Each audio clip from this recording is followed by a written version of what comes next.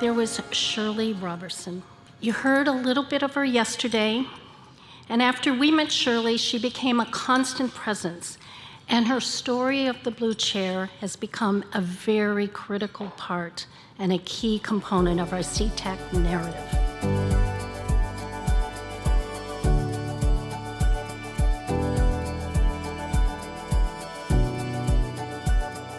The blue chair, it just happened to be blue, but I was actually concerned that I had been given a test that would show what medications that I could take that would be most effective for me.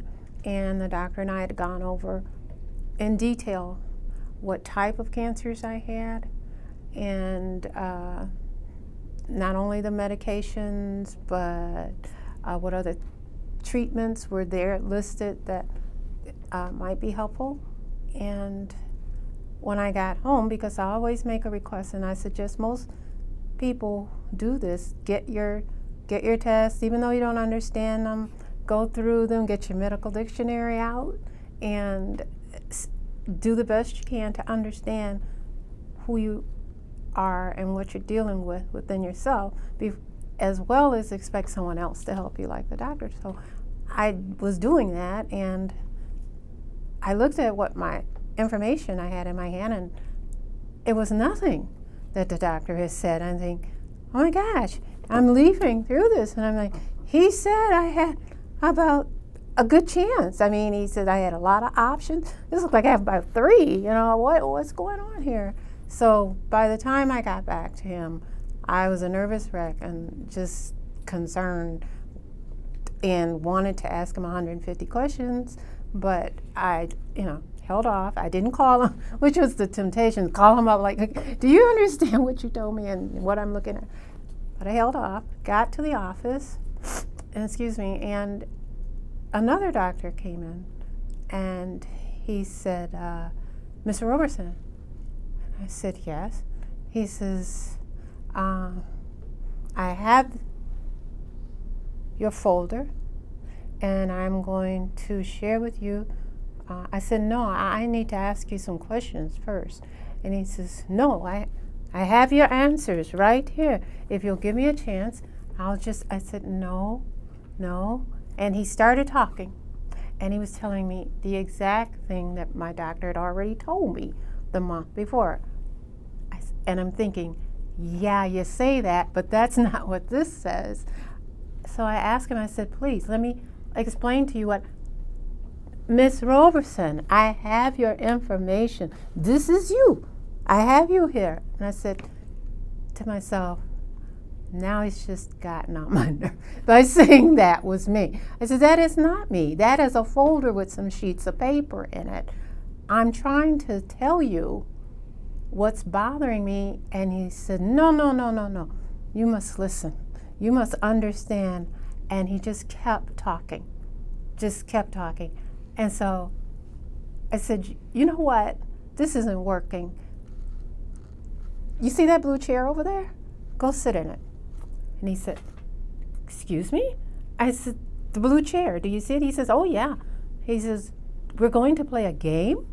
I said, it's not a game, but if you want to call it that. So he goes over and he plops in the chair and starts to talk. I said, no, you don't understand this. As long as you sit in the chair, I talk. You listen. When you get out of the chair, you can talk, but not until.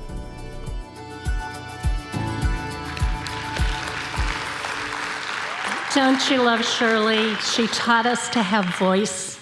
She taught us to listen and take the time and understand the perspectives first, foremost, and always. So to give this special time both focus and direction, and many thanks to our patient advocates, we're pleased to welcome to the stage the faculty member of the Seminary Consortium for Urban Pastoral Education and C-TAC Board Member, the Reverend Yvonne Delk.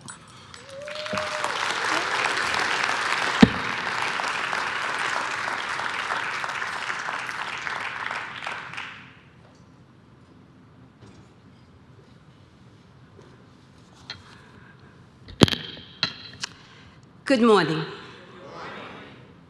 I'm honored to speak to you for a moment. As an ordained minister in the United Church of Christ, as an elder who is celebrating 83 years of life, and as a member of the board of C-TAC. There are people who enter our lives for a reason. And then there are those whose impact on us will be for all seasons. Shirley Roberson's life and witness in C-TAC has been both. I believe that the heartbeat of C-TAC is to create a movement that will transform healthcare so that all Americans will receive comprehensive, quality, person and family-centered care, consistent with their goals, their values, and that honors their very dignity. We live in a nation that continues to be fragmented and broken and divided and polarized by racism and sexism and classism and homophobia. C-TAC decided to make a bold move in the midst of all the isms and to try to find a way to transform the very way that we really care for one another. How we're willing to walk with each other and respect one another and honor one another. So it launched a movement focused on change and transformation in order to deliver to all Americans not only the highest quality of care that they need, but that they actually deserve. But a bold move requires a bold approach. So C-TAC created a table and placed that table right in the midst of what Dr. Martin Luther King Jr. called the most shocking and inhumane systems of inequality, that of healthcare. It was a carefully designed table to create room and space for those who were willing to lead with care, with courage, with compassion, and with conviction. We operated with the belief that if our mission and our movement is not adequately defined, our objectives will not be adequately achieved. So C-TAC created space at the table for those who not only had a heart for the movement, but had a stake in the outcome of the movement. So seats were provided for all of us. Healthcare professionals and providers, faith-based leaders, patient and consumer advocacy groups, community leaders, policymakers, and especially a seat for those who were living with serious illness. It's here that Shirley Roberson enters. She takes her seat at the table, and she now leaves us with a legacy that informs our message and our mission.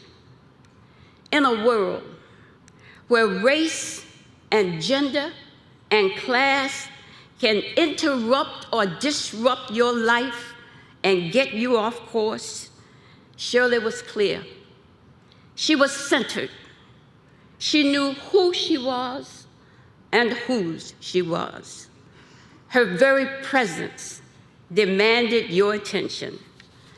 Not only did she take her seat at the table, she had the audacity to introduce another chair to the table. It was what we now call the blue chair. And the chair became a sign that it's time to interrupt business as usual. It's time to really connect with one another, to care about one another, and to simply be human with one another. The blue chair became Shirley's way of naming herself at the table. It was a reminder that she mattered. The cancer in her body was only one part of who she was. Shirley entered in the fullness of her existence as a practitioner, a professional, an artist, and also as a patient living and surviving with a life-threatening disease. But we were clear that the illness did not define her. It created something much deeper and bolder in her. She entered in the full humanity of her personhood and her story and her experience. And Shirley's blue chair became a symbol that when we come to the table, we come in the fullness of who we are, mind, body, and spirit. We are all sisters and brothers at the table, connected by our care for one another and our commitment to work for a system where we all matter. And when we enter, we honor each one's story. We honor each one's dignity, and we take the time to greet and celebrate each other in the fullness of who we are and what we bring to the table. Shirley's blue chair became a symbol that her voice mattered. It's the place where you're able to speak about what you see from where you've been sitting. It's the place where you share your story, your experiences, your hopes, your pain, what you value, and what you need. And it's the place that we engage in honest and open truth-telling and truth-facing. Shirley's blue chair became a symbol of taking the time to recognize that not only do I matter, but that you matter as well. It's the place where we listen to one another, where we hear one another. I see you, I hear you. It's the place where we can be genuine with one another. We see each other not as competitors that's getting in each other's way, but as companions on the way of life together. It's the place where we can affirm that I am because you are, and because you are, I can be also. It's the place where trust begins. So Shirley's blue chair is also a symbol of hope.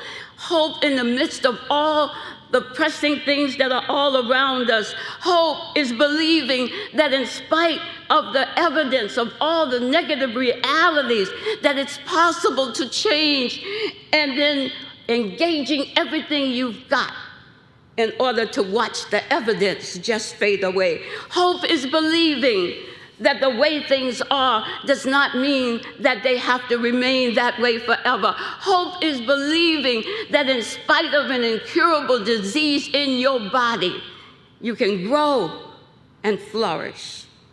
Shirley Roberson was and continues to be a living witness that in the midst of the systemic diseases that continue to be present in our nation and our culture, we can take our seats and we can change the flow of the river. From hate to love, from despair to hope, from injustice to justice. Shirley's blue chair is a symbol of her revolutionary presence in our midst. It's a reminder that you can disrupt the flow of the cancer cells in our nation by living as if what we do matters. It is possible to transform a system so that it can deliver quality, personal, family, goals, values that honors dignity. Well, Shirley is now a part of the spirit world. And to the spirit, there's no beginning or ending. But there is an African proverb that says, as long as there is one among us that can call Shirley by name, she will always be in our midst. Not only do we have her spirit, our memories of her, but we have a blue chair. The blue chair, a symbol that inspires revolutions. The blue chair, a symbol of the place where definitions will not contain us and limitations will not imprison us. A place where we who have gathered here can press on against the wind, doing the very work that our souls require. Thank you. Please welcome to the stage the Chief Executive Officer of C-TAC, Mr. John Broyles.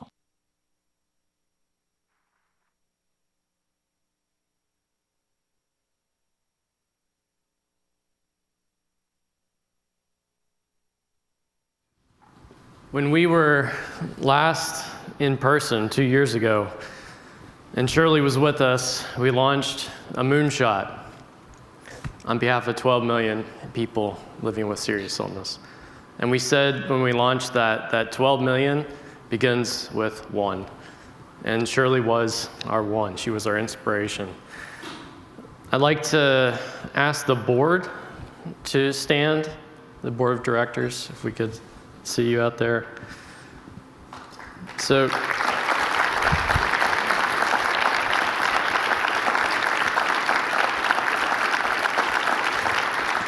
Shirley was one of us. She was a board member. She was an advocate. And then I'd like everybody to stand. Everybody, come on. Shirley was one of you. She was C-TAC. She was a C-TAC member. And I'd encourage everybody to think about legacy as you hear this next panel. And the interesting thing about legacy is it comes from the word to entrust someone with something. And you give that, and you receive and you give. What have you received, and what will you give? So thank you. I'd like to welcome to the stage our panel, Reverend Tyrone Pitts, Edith Clifton, and Stacey Roberson. Give them a big round of applause, guys.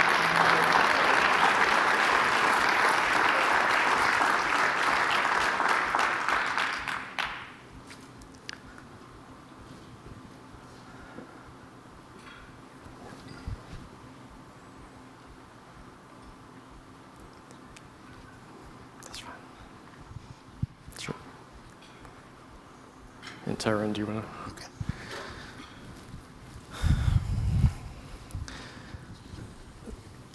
So Edith, welcome. It's been a long journey to this stage, hasn't it? Yes, it has. I'm going to ask each of you to reflect on the question of who Shirley was and what has she given you. And I'll let you speak for how you knew Shirley and what she's given you. So Edith, please.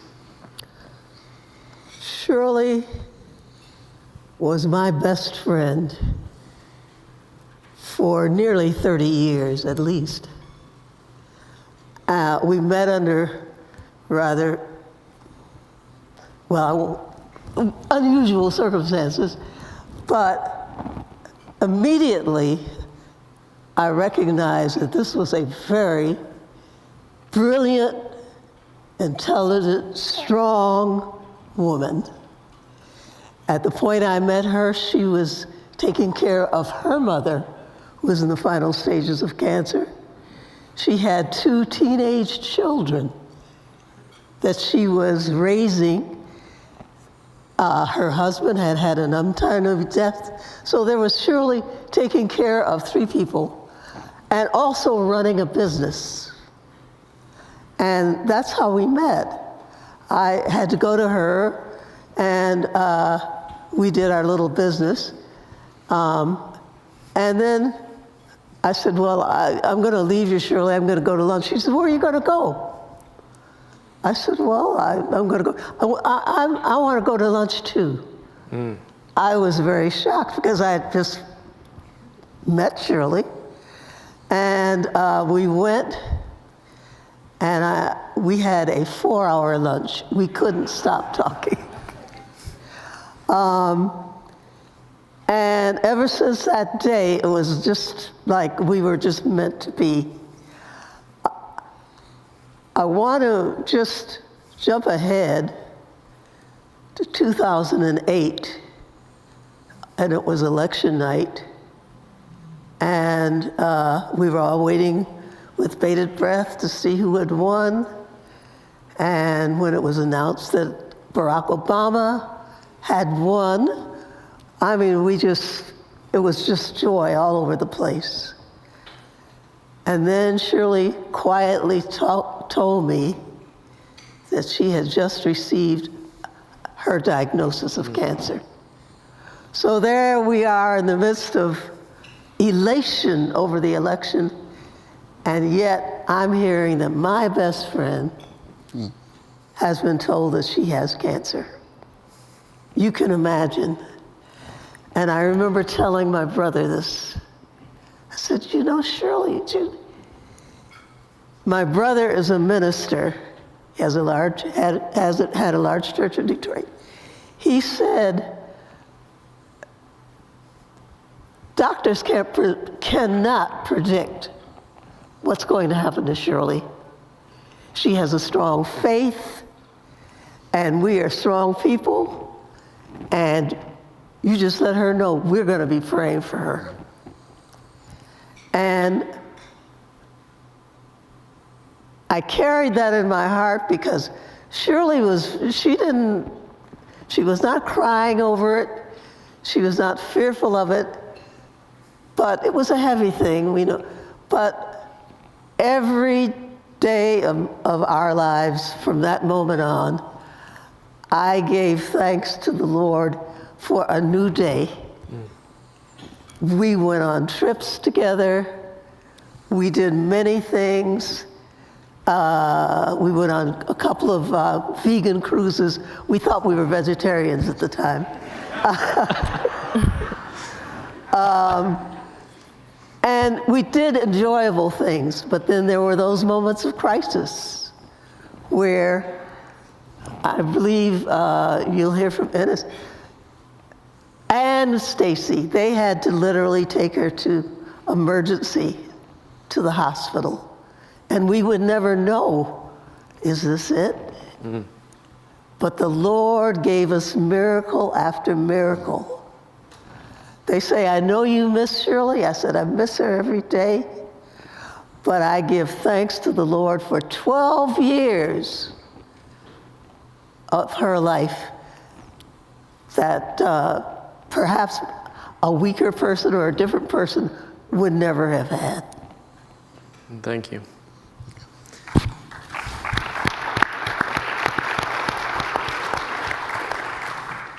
Stacey, can I ask you the same question? And thank you so much for being here. I know. You're welcome. Thank you.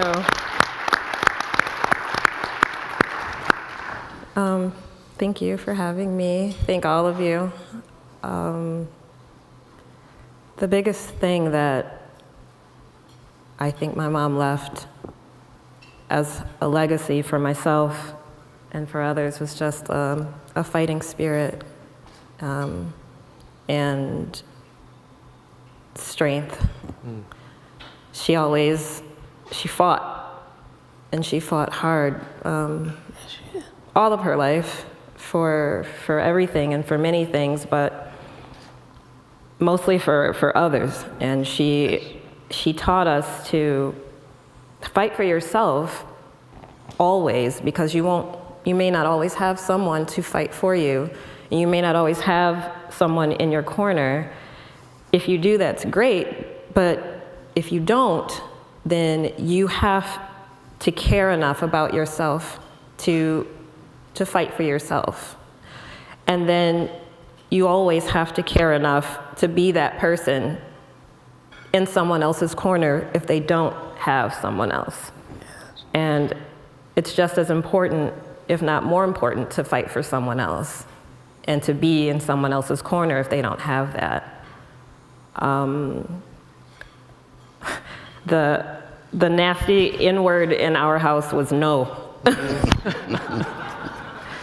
And you never take no for an answer. Unless it was from her, I guess. But you never take no for an answer. No, when you hear the word no, she said, then you should hear challenge accepted. And I live by that, and I try to instill that in my children.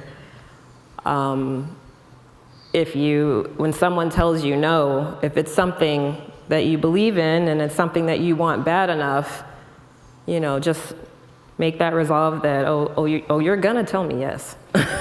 I'm gonna get that yes, and I don't care how long it takes, and I don't care what I have to do, but the answer will be yes. And I think cancer tried to tell her no, and she said yes to life, and she continued to fight. And as far as I'm concerned, she won. And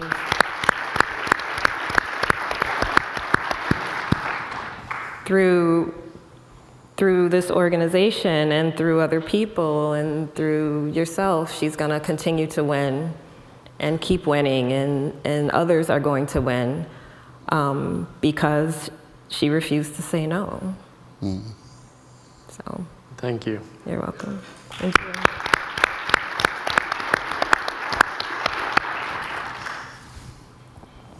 Tyrone.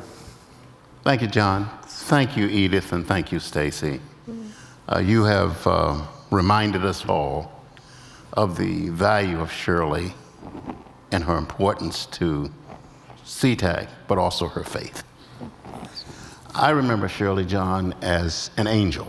There are certain moments in history when God allows angels to be a part of us. Yes. And in every faith tradition, there are messengers who represent angelic forces of change. And Shirley was such a person to me personally. I remember when I first met her and we talked, this is over 10 years ago, with Edith and with SEMATAC. She said to me after our conversation, "Are you for real?" And I had to think about that because I wondered. Based on her comments and based on her challenges to me, I began to wonder whether or not I was for real. Wow. And throughout our life together, those years when we wrestled with faith, and we wrestled with what the impossible was and what the possible was, I still remain challenged as a person of faith, whether or not what I do is for real. And so I thank Shirley for not only her faith and her commitment to being a product of change and equity, but I thank her for her impact on me and other members of the clergy and other members of the faith tradition, who she really helped us to understand that God was better and bigger than all of us, and that nothing is impossible if you believe. And so, Stacey, I thank you for how much you loved her. Oh, yes. And how much she loved you. Oh, yes. I remember those conversations that we had about you. And Edith, you were more than a friend and a sister. You were also a faith companion to her, who walked with her and supported her. And C-TAC, we have Shirley's in each one of our organizations. We have angels that are part of each one of our organizations. And Shirley's challenge to us right now is to look at the angels within our organizations to really be clear about what it means to deal with individuals who are struggling and challenged by advanced illness. Look at the angels inside. So Tyrone, you got the blue chair treatment, sounds like. I got more than the blue chair. The blue chair was easy. I got the blue chair treatment. The blue chair was easy. We should do a show of hands of who got the blue chair treatment with Shirley. I would be talking about Medicare, Medicaid, this, policy, this, that, and I would be, well down the road, and Shirley would say, let's go back to the start. What are you talking about? Right. And how does it benefit me? Right. How does it benefit me? And I was sitting through all the discussions, and that just rings in my head on a loop. Yeah. How does it benefit me? Yeah. There's something that Stacey, two things that Stacey, you share with your mom that I've picked up on. One is you're a terrific storyteller. I know you don't think so. No. We have witnesses. Right. And the second is you're an artist. Yes. Yes. So can you tell us about what is this? That's a blue chair. And where'd it come from? Well, when I was asked to do a chair at the last minute, That's a third thing you share with your mom.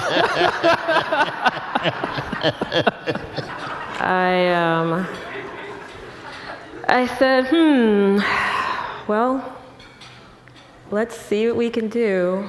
And I have a storage unit full of chairs full of chairs and good intentions.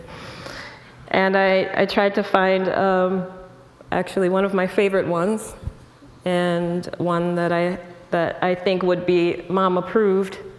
And this particular chair I had was special to me just because it's big, and I don't have anything that of this size, and it's also an antique, and it's also extremely sturdy. And I wanted to do something that I thought my mom would approve of and that she would like, in addition to it just being blue, that is her favorite color, blue. And yeah, that's what I came up with.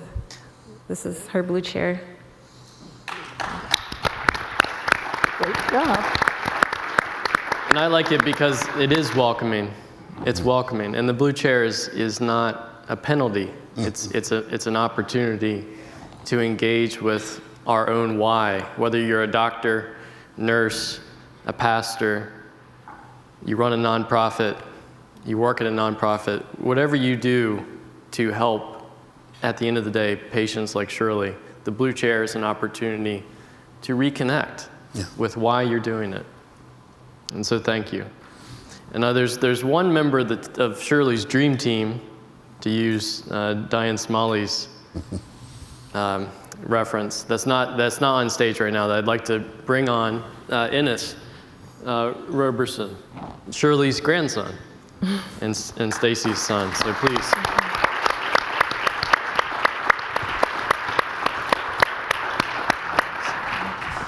So Edith, I'd love for you to give us your reflections on Shirley and what she's given you. So first off, John, thank you for having us here, and all of you. I'm like going through it over there because this is a great thing. I really appreciate you guys coming out and the videos and the nice words and all of it. I genuinely feel it in my heart. I appreciate the warmth you guys are giving me. My thoughts on Shirley.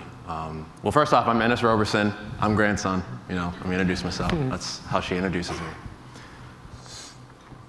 But with what my grandma taught me, like my blue chair, so to speak, like you said, who got the blue chair treatment? Yeah, that's right. I've had the privilege of being raised by her So I've been getting told blue chair things my whole life. You know, she's been, I remember I'm just asking her, like, I'm like building a cell like blood cells or whatever. And then she tells me how, like, you know, imagine like the red blood cells are carrying packages of oxygen, and then the white blood cells are like the ninjas, and they come down. And I'm like, Grandma, I don't need to go to science class right now. Thank you. I was like, thanks. I'm already good. You just passed my test. You have no idea. So she describes things very visually and beautifully, and things that are tools that you don't really even know are tools until, you know, you're just hearing a story about some ninja white blood cell and the killer T's are buff. But then when you're taking your science final, you know the answers, right? She's like helping you along the way, and you don't even know how she's helping you yet. So, with the blue chair specifically, what that means to me from like a perspective of growing up with Grandma, and I'm gonna call her Grandma, you know who I'm talking about. So the blue chair is to, one, take a second to be humble, take a second to have empathy, always stop. Like you mentioned it a little earlier, but there is no profession you're good in. You can be the top military official, the top doctor, the top boxer, the top anything you want. You are never too smart to not ask, where can I help? You can never be too much of a genius to not even ask where to help or how to help the person you're talking to. You should always be down to earth like that.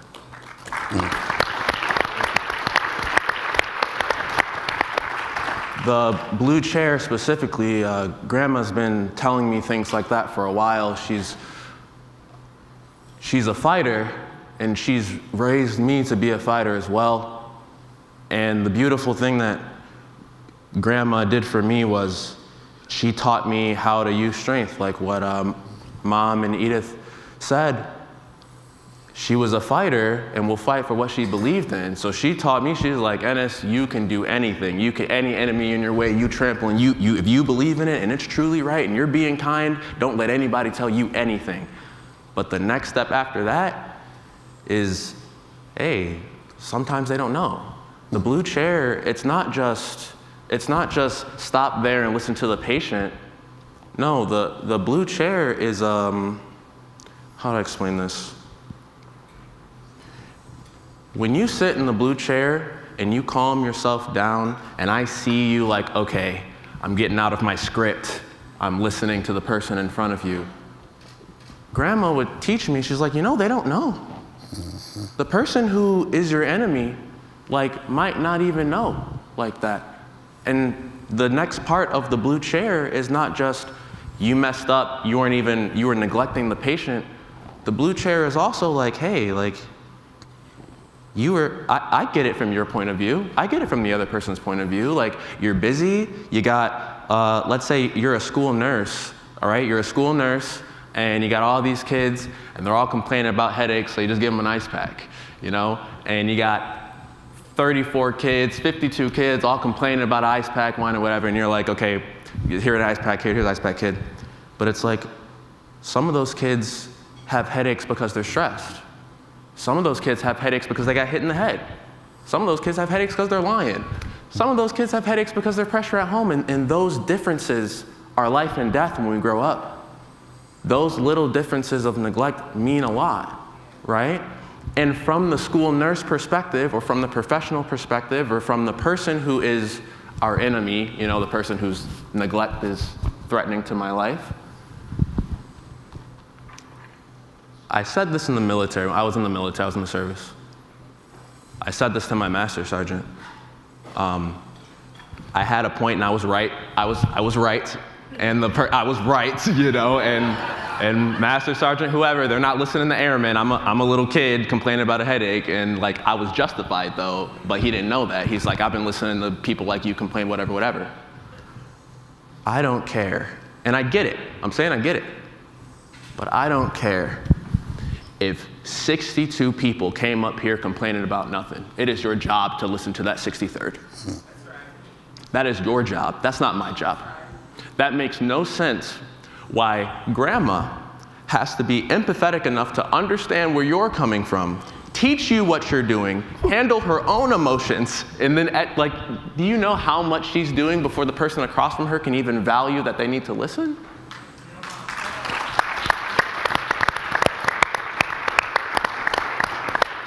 And the last thing after that is after all that, after you're wrong and after your mistakes, and these little mistakes trickle down to affect people's lives back there, Grandma would teach me, she's like, Ennis, you do whatever you can to knock that person down and pick up everything else you can do, and you know what you better do afterwards? Help that person in that blue chair that you knocked down.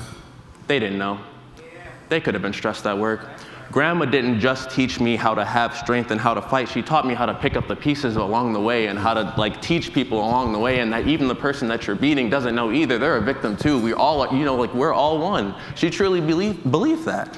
So to me, if you're gonna ask what Grandma's legacy is to me, and the biggest tool I suppose she gave me, because I've got, Grandma's told me lots of blue chair stuff. I got the scoop. I got the secret formula, so to speak.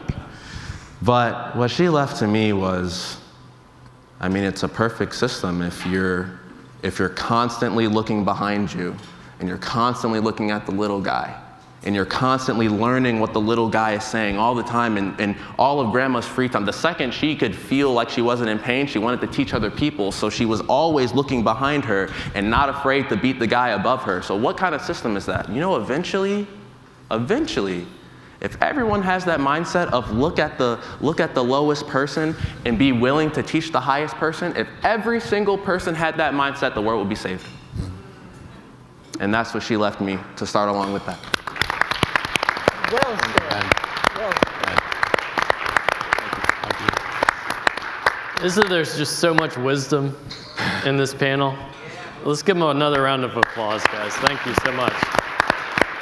So I'm going to ask, you guys just stay put for a minute. I'm going to ask our co-chair, co-founder, Bill Novelli, to come on stage to help us answer the Shirley question. What are we going to do? What are we going to do about this? So this is looking into the future here. Thank you, Bill.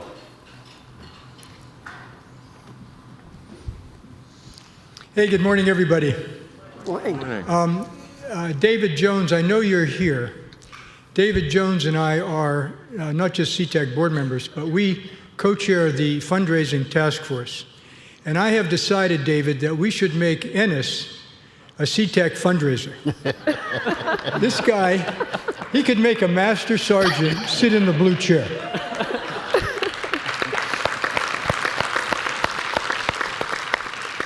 That was powerful, that was inspiring, that was a great discussion. And I want to thank our board member, Edith Clifton. I want to thank the Reverend Tyrone Pitts, Shirley's daughter, Stacey. Stacey, we saw how proud you are of your mom. And Ennis, be prepared, Ennis. We're going to make you go to work. And thanks to the Reverend Yvonne Delk, our C-TAC board member, for her reflections to kick all this off.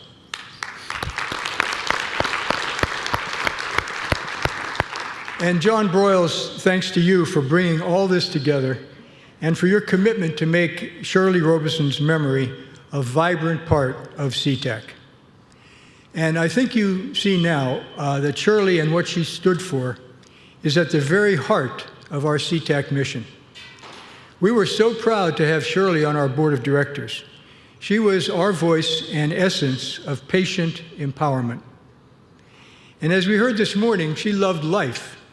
And Shirley was a woman of courage. And despite her illness, or maybe because of it, she wanted to be heard. She wanted to be the author of her life. And we all heard the story. We saw the video. Her admonition to a young clinician was, go sit in the blue chair and listen to me. And when he had finished listening, he knew Shirley as a whole person, not just a patient on a chart. And that story has become fable in C-TAC's world. It's our guiding light. I really appreciated my friend Charlotte Ye's opening remarks this morning. She is a real clinician. And our Shirley story is to honor all clinicians, those of you in this room and all clinicians across the country who dedicate your lives and your careers to your patients. You serve, and above all, you care. And you are dedicated to the Shirleys of this world. And now, we intend to honor Shirley and serve patients facing serious illness and their caregivers and their clinicians by dedicating ourselves even more to advocating for a better quality of life. So today, at this National Summit, C-TAC is proudly launching our Shirley Roberson Blue Chair Fund.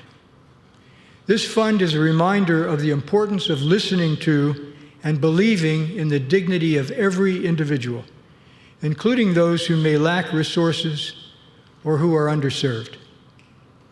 This Shirley Roberson Blue Chair Fund is going to do several things. First, it's going to expand C-TAC's faith community-led initiatives of high-impact care for serious illness. As we heard this morning, Shirley's quality of life was enhanced by her faith community. And we're going to fund and support more of these programs, including through advocating for policy and payment reform. And the Shirley Roberson Blue Chair Fund will also establish 2 national awards.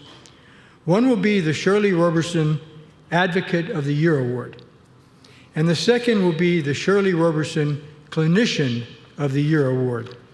And both these awards will honor accomplished individuals who are dedicating their lives and their talents to improve care.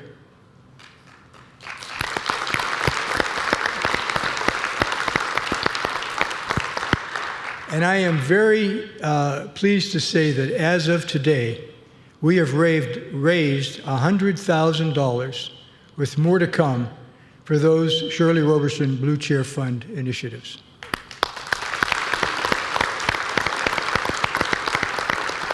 And our entire C-TAC team, and I know everyone at this summit, appreciates what Shirley stood for. We are proud to carry her legacy forward. Thank you very much. Thank you, Bill. So can we go to you now, the audience? We'd like to hear from you. You've heard from us. And I would like to call on, there's a special gentleman of the team here who was the palliative care doc for Shirley, Dr. David DeBono. Could we have you kick us off? And I'd also then like to hear from our Louisville delegation. Hi, I'm David DeBono, oncologist as well as a palliative medicine physician who now works for Elevance Health. When I sort of look back at my career as a young oncologist in training, what you ultimately realize is you become good at what you do, those things that you really are doing day in and day out. And as an oncologist in training, what we were really good at was measuring tumors on CAT scans, which is fine. Someone's got to do it. But you lose the person when you do that. So when I became an oncologist, practicing in a small rural community, that's what I did best. Treat cancer, make tumors shrink. But I soon realized that I was losing the persons, particularly those patients who had incurable diseases.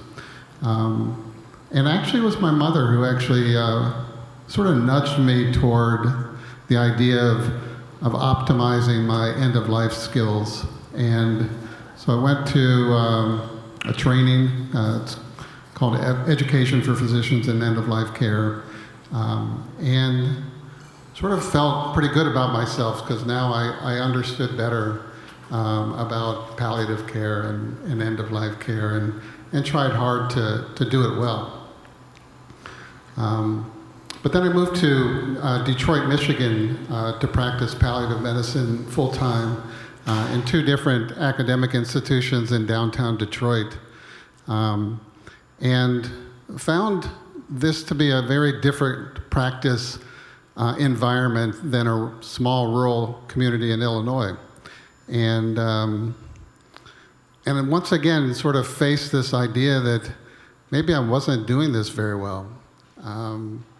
And so I met Shirley. I was working at an NCI designated cancer center. I was their leader in supportive medicine, and I was seeing her as a palliative care physician, and she wasn't so sure about palliative care at that time. That's true. And I think that was something that I realized also, that we have to be humble with both oncology care and palliative care, because we really don't understand where our patients are in their journey. And so what I learned from Shirley was that we really need to sit down and listen, and hear the story of the patients and their families. And she did teach me that. And I was really touched when I came to C-TAC about 3 or 4 years ago to hear that not only did Shirley touch my life, but in some small way I touched her life. And the lesson that I took away from that is that in every single day as physicians or nurses or clinicians or pastors, etc., we meet a lot of people in various stages of their life, and unless we sit down and listen to their ordinary stories, we're going to miss their extraordinary lives.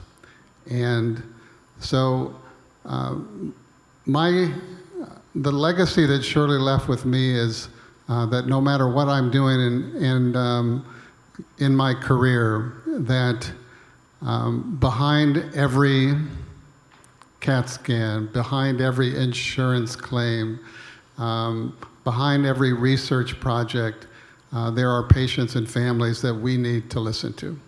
Thanks, John. Thank you. Thank you, David.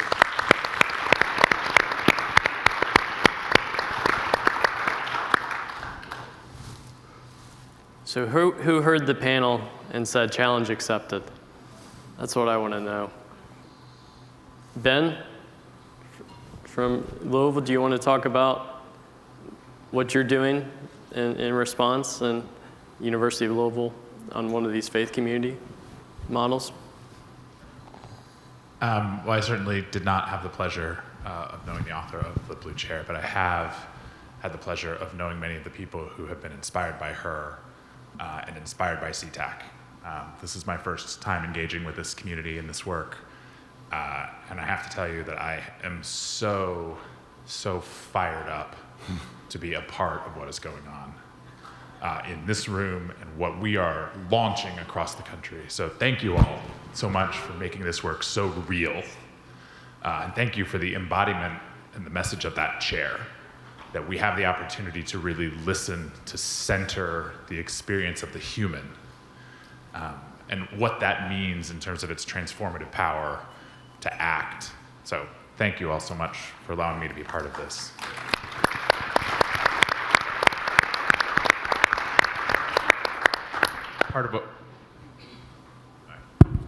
Part of what we are doing in Louisville is really partnering with our faith communities to engage the incredible wisdom and trust that our faith leaders have, the knowledge that they bring, but also their ability to elevate the voices of the people who are in the most need in our communities. And we are then pairing those faith leaders who we firmly believe need to be compensated for the work that they do as part of our medical establishment. They need to be compensated for the work that they do as part of our medical establishment, and then connecting them to trained advocates, community health workers, who themselves can be the advocates and the voices, can listen, can sit in that chair, and help people to navigate the system. And then we will build around that a research and financial model that takes the incentive structures that are built into the medical establishment and says, no, let's use those to benefit the people who are most in need. Let us use the structures that do exist and that are coming to exist So that's what we're hoping to do in Louisville with the incredible team that is there. So thank you all for letting us be a part of that, to pilot something here that we hope we'll be able to replicate in other parts of the country, till we can make an unassailable case that listening and walking with people is not only in the best interests of the medical establishment, but the people and the communities that we serve. So thank you all so much.